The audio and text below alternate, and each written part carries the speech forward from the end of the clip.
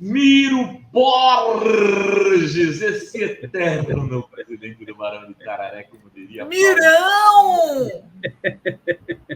Tudo bem? Quanto tempo! Pois é, vou contar para vocês, Dri? uma vez, a gente Tudo estava bem, lá em João Dri? Pessoa. Tudo bem. A gente estava lá em João Pessoa, num daqueles blog progs, e aí a gente chegou no boteco, um boteco daqueles bem sujo, de botecão mesmo. E aí eu vi no cardápio assim, tripa assada. Eu adoro. Aí o Miro ficou, que nojo. Aí depois, vocês acreditam que ele experimentou e gostou, disse que parecia torresmo.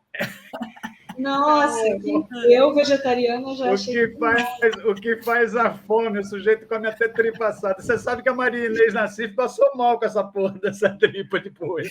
Eu não passei, Alguns não. dias depois. Eu sou acostumada desde criança. Você sabe que eu parei de Não, comer mas era gostosinho, torradinha é gostosinho. Eu parei de comer carne vermelha e não sinto falta de quase nada, a não ser justamente essas coisas, miúdos, a carne seca, essas coisas mais do Nordeste eu sinto mais falta do que churrasco, nem ligo. Eu costumo brincar, inclusive, como eu não sou candidato a nada, meu negócio é batucada, eu não tenho que comer o que as pessoas acham que você tem que comer. Então, já me ofereceram várias vezes buchada de bode, eu saio correndo, não tem como. É uma delícia, sarapatel. Já me ofereceram aquele negócio de quiabo, aquele quiabo todo gosmento, não tem conversa comigo. E esse dia contigo é que eu estava com muita fome e a cachaça já estava fazendo efeito. Aí eu precisei comer, mas é um torresminho, uma tripinha de tiragosto. Aquele de bostinha. Aquilo é uma bostinha, é lavado, né? Não vem com essa não, é tudo lavado, fermentado. E o Miro não come peixe, Sinara. Ele é todo nojentinho. Que frescura. Nojentinho. Mas comi, porra. Ô, Miro. Foi uma cachaçada aquele dia, hein? Foi uma delícia aquele dia. Olha, uma tripinha com uma cervejinha realmente é de tirar qualquer vegetariano da linha. Não, eu não. Eu jamais. Não tira, não. A Adri eu conheço. Não tira, não. Eu nunca comi. Sandrinha também não. Não tem nem conversa. Prazerzão tá com vocês. Adri, Sinara, Renato. Prazerzão. Hoje a gente só está falando de comida aqui. Deixa eu mudar o prato aí, né? Ô Miro, ontem o Paulo Henrique Amorim faria 79 anos de idade. Né? Queria mandar um beijo para a Geórgia, né, que teve presente boa parte desses momentos que a gente teve em relação com o Paulo Henrique. E você foi um dos grandes amigos do Paulo. Né? A gente pôde desfrutar da amizade dele nesse final de vida, né, construindo junto o Blog Pro. Queria que você falasse um pouco do Paulo aqui para a gente fazer uma homenagem para ele. Obviamente, Sinara, Adri, eu também podemos falar, mas começar por você. Não, só primeiro manifestar minha solidariedade ao vereador lá de Curitiba, o Renato, né? O Pedro Carrano, do Brasil de Fato, inclusive, me mandou a petição quando saiu de solidariedade, eu espalhei, assinei, né? E é um absurdo que está tentando se cometer lá em Curitiba. Então, só manifestar aqui. Segundo esse negócio do Paulo Henrique, volta para comida, né? Para bebida também. O Paulo Henrique virou um cachaceiro de primeira, é mais barato. Naquele movimento de blogueiros, ele foi tomando contato com a cachaça e virou um apreciador de cachaça. Então, ele sempre que voltava de Minas ou que alguém mandava alguma coisa de Minas, ele ligava, chegou aqui uma que é excelente, vem tomar. E eu saía correndo para ir lá beber. O Paulo faz muita falta, né? E o Mino também passou a tomar cachaça por causa disso, viu? Porque eu me lembro que eu trabalhei na Carta, o Mino só bebia vinho. Quando eu voltei, ele estava tomando cachaça direto. O Mino é o barato, o Mino anda com a garrafinha de vinho dele do lado. Ele passou a gostar muito de cachaça. Deve ter sido influência do Paulo Henrique, eram muito amigos. Hoje, quando na missa,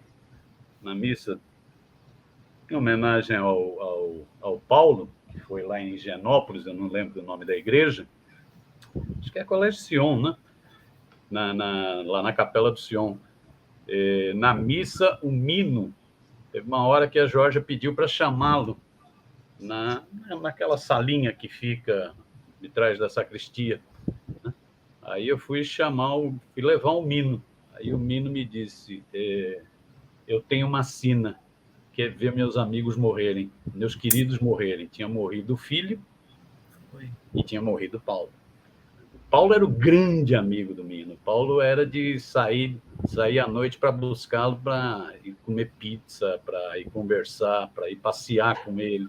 Isso era quase mensal, né? Eles eram muito, muito, muito, muito amigos. É isso, o Paulo faz uma grande falta, né? O Paulo é uma figura, porque ele era isso, ele tinha trabalhado em todas as emissoras, né? Correspondente estrangeiro, né? Papel importante, foi editor de vários veículos, tal. Ele tinha tudo para se acomodar na fama que ele tinha, né? Para se acomodar no prestígio que ele tinha, né? Se acomodar. E o Paulo comprou briga, né? Comprou briga. Ele não esqueceu aquela raiz dele trabalhista, né? O Paulo brincava, né? Ele dizia, eu sou... Ele falou isso com a Dilma Rousseff, é uma figura. Ele falou isso com a Dilma, ele falou, eu sou getulista, brisolista, lulista e dilmista, nesta ordem.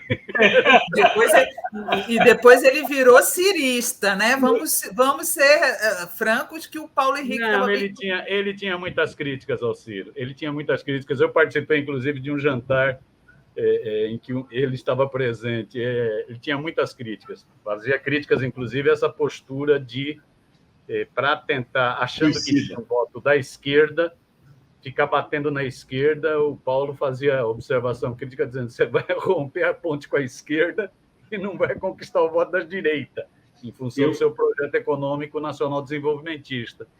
Mas é isso. Ele era um brisolista, ele era um nacionalista, né?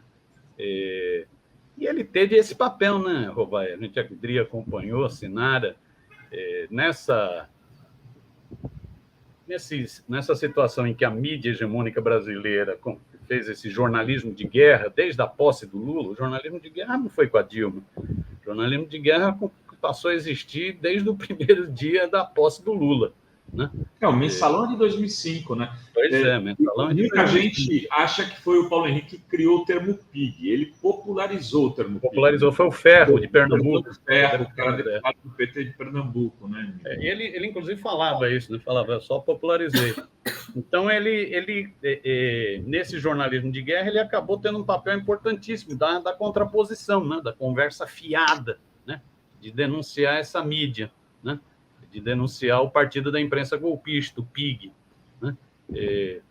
Papel importantíssimo de denunciar o que fazia a Globo, o poder da Globo, tem um livro sobre isso, inclusive. E foi... Ele podia estar na dele, quietão, né? Mas, ao contrário, ele virou um militante, né? Era engraçadíssimo, não é isso? Principalmente aqui a turma aqui de São Paulo, Sinara estava em Brasília, né? Mas a turma aqui de São Paulo, o Paulo Henrique virou um menino, Eu lembro até hoje, uma vez, no Sujinho, Robai, eu acho que a Adri não estava nessa ocasião, uma vez no Sujinho, todo mundo enchendo a cara, discutindo o primeiro encontro de blogueiros de 2010. De repente, o Paulo, já encharcado, sobe na cadeira e fala, questão de ordem.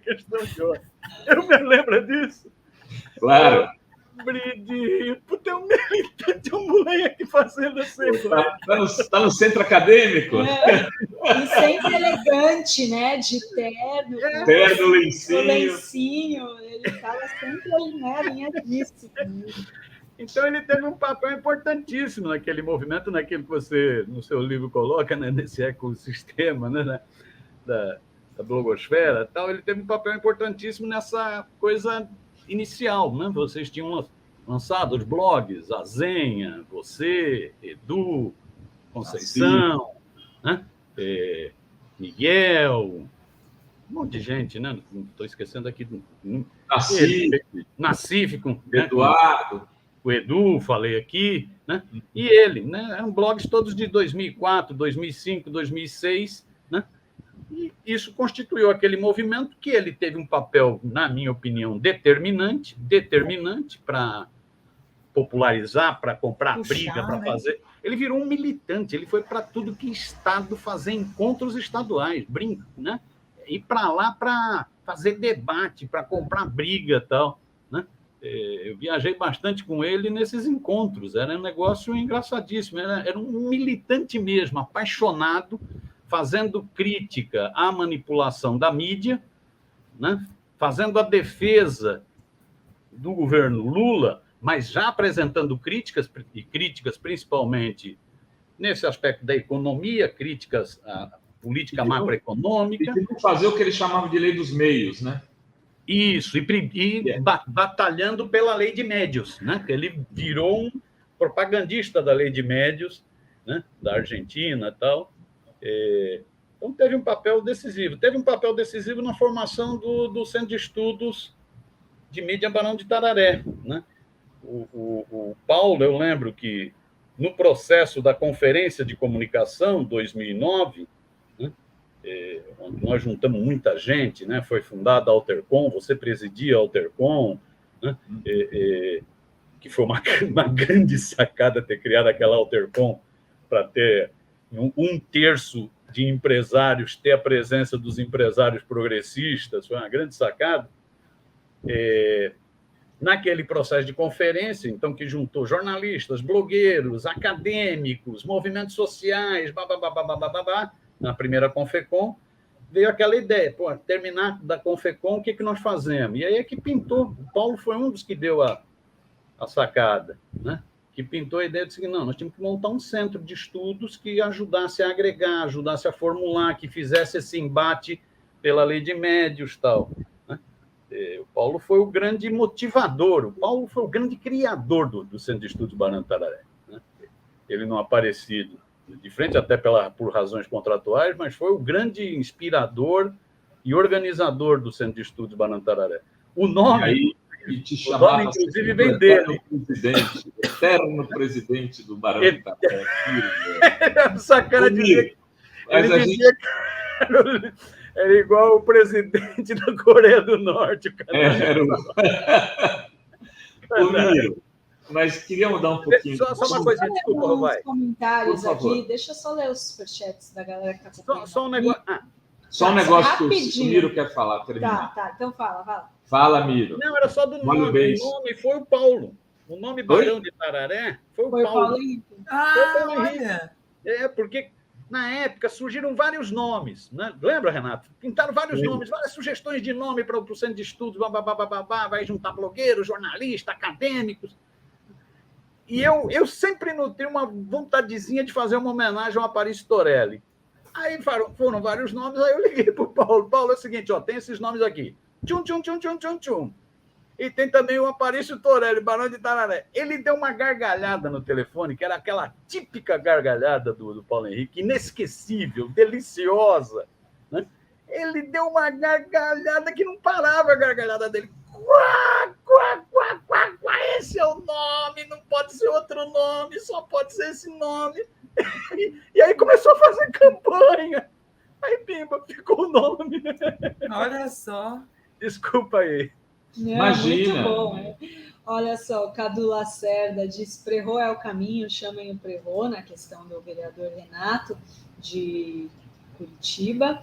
Tem também aqui a Cristina Palumbo, muito obrigada pelo super sticker. E também tem o Dr. Olair Rafael de Silva Júnior, Aécio Neves da Cunha, ele pergunta aqui. E é isso. Tem aqui também a Marília Fenerick. O PT não está dando apoio político ao Renato? Tem o da Luna de Luxemburgo também, que aparece aqui para mim. Aqui, Luna, Sinara e Rovai, entendam, o PCO precisa causar. É o cerne da sua patética existência, afinal não é partido e nunca foi operário, só lhes sobra causar. Nunca foi operário. Eu desafio a aparecer um operário que seja desse partido. Miro Borges, nosso grande analista político, eu tenho uma pergunta para te fazer, senão a gente termina isso aqui. Estamos fodidos, grande Fala sobre o que me parece muito importante. Bolsonaro vai crescer vai dar suador nessa eleição ainda? Você acha como é que você está vendo aí o percurso até dia 2 de outubro, né?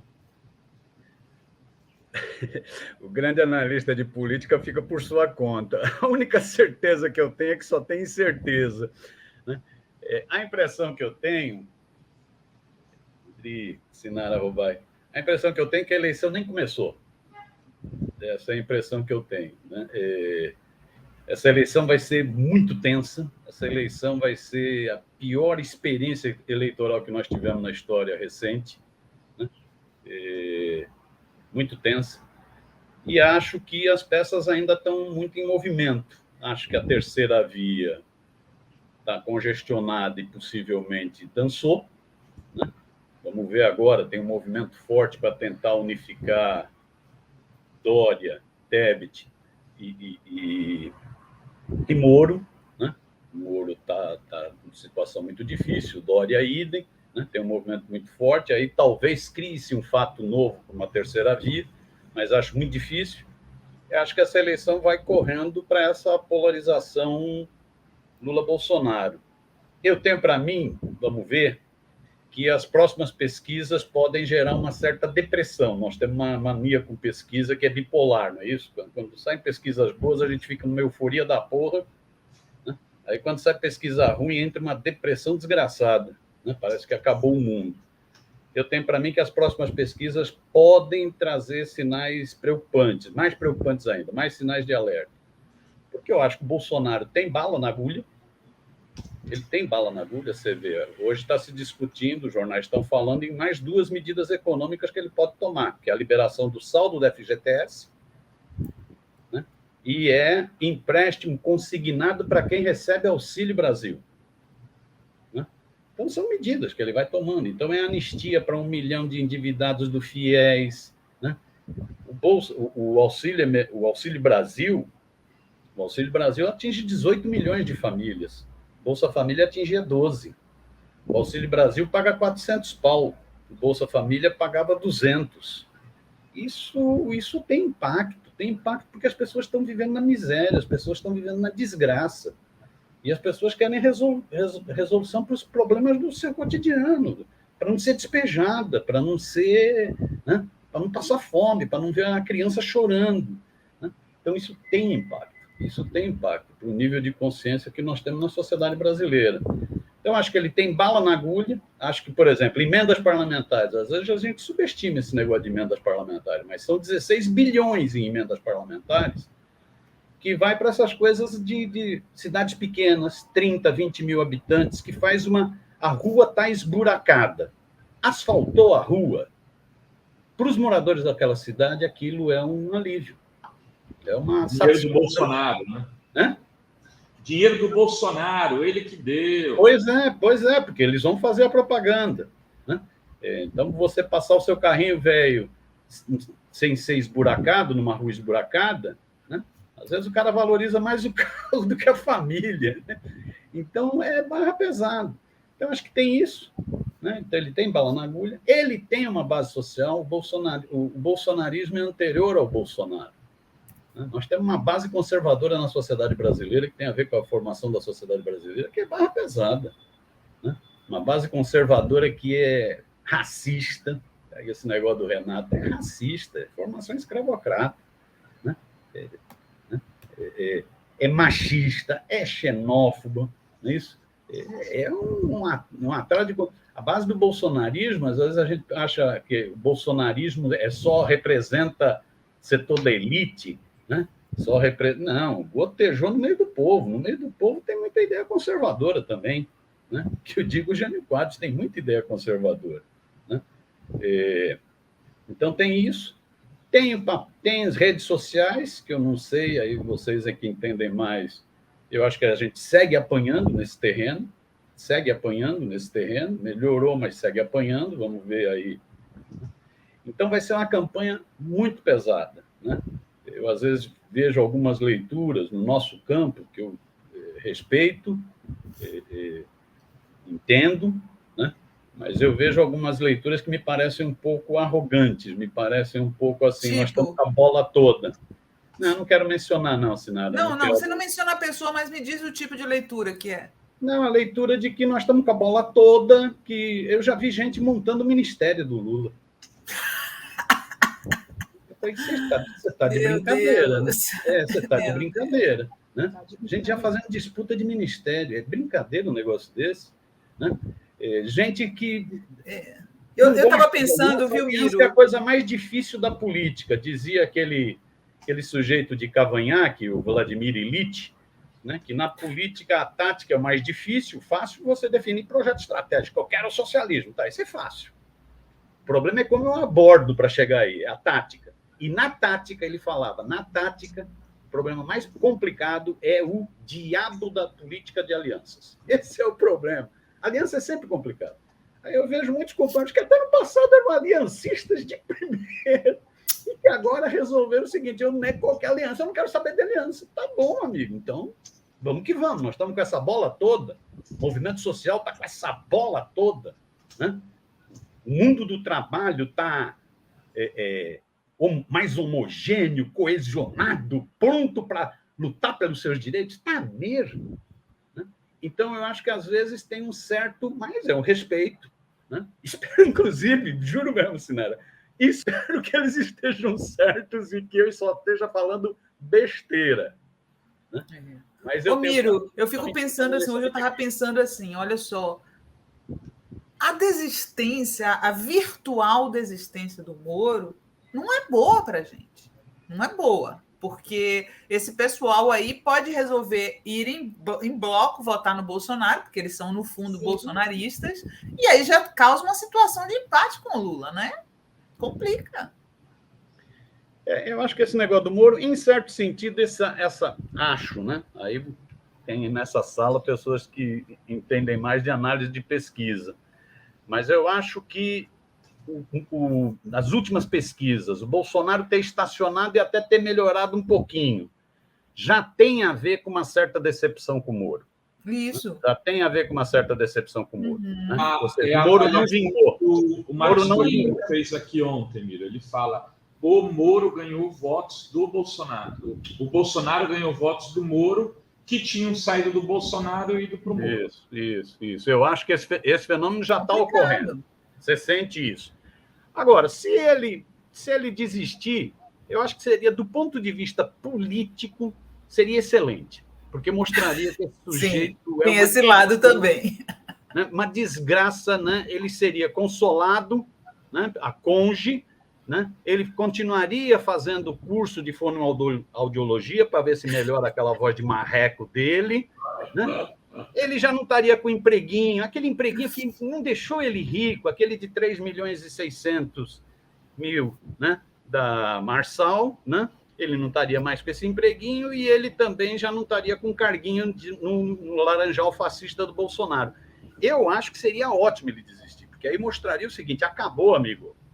Você prestou um serviço à destruição da nação, você prestou um serviço, né, a subverter a democracia brasileira, a esfaquear a democracia brasileira. Você é um dos responsáveis, um dos principais responsáveis pelo fascista ter chegado ao poder, não é para menos que ele agradeceu a você e ao general Vilas Boas, foram os dois agradecimentos especiais que ele fez, né? E acabou, você é nada, né? É um marreco de Maringá de fato. Seria ótimo se ele desistisse, né? E seria desistência forçada, porque ele tá ficando numa situação muito complicada. As denúncias contra ele vão aumentando, hoje pintou mais uma, né? As denúncias contra ele vão aumentando, ele está se isolando, ele talvez não tenha assinado palanque no Paraná.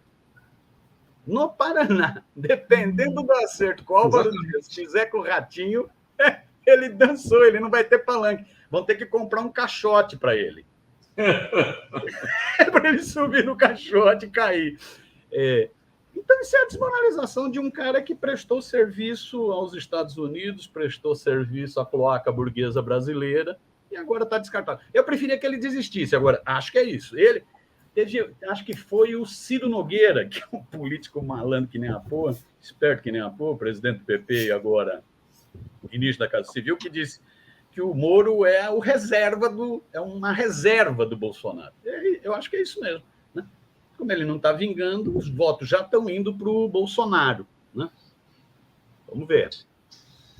Muito bem, Miro Borges, queria te agradecer profundamente, como sempre. Você é um amigão, querido. As pessoas que não conhecem o Miro de perto não sabem o que estão perdendo nesse cenário dele. É verdade. Ele é muito divertido, gente, na vida real. Mais cedo teve alguém dizendo que queria tomar uma cerveja no boteco comigo.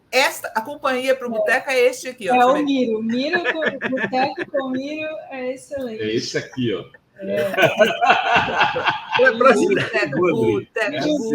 Boteco. Para cerveja nem me convidem muito, que eu costumo brincar que cerveja é um refrigerantezinho vagabundo que dá vontade de mijar em bucha. Mas se for com destilado, me convidem. Sônia Murta manda um belo super sticker aqui, obrigado. Na tequila. Boa. E tem mais algum comentário? De mais algum... Não, é super isso. chat? Não teve membras, gente.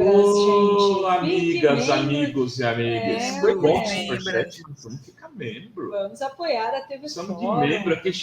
Queremos chegar aos 1.000 membros. Ainda estamos... Quer ver? Enquanto a Adri lê um superchat, eu vou falar para vocês quantos tem. Mas não chegamos em 1.000 ainda. É ruim demais. Dá tempo isso. de ficar membro. Quem é membro aqui da TV Fórum pode participar de webinários mensais. São encontros exclusivos, gratuitos, com grandes nomes aí do campo progressista. O último foi com a Márcia Tiburi, uma aula sobre feminismos. Então, quem é membro e membra pode participar desses encontros. 910, faltam 90 ainda para 1.000. Bora, galera! Muito bem. Parabéns aí pelo programa. Vou comer uma feijoadinha. Olha só, Luna Chegou de mesmo. Luxemburgo, bem-vinda! Aliás, melhor comentário, viu, Luna? Obrigada, lavou a minha alma, amiga. Muito bem, olha só. Obrigada, Miro. Obrigada, Sinara, Rovai, você que está aqui conosco. Tchau, gente. Até amanhã. Beijo. Beijo. Beijão.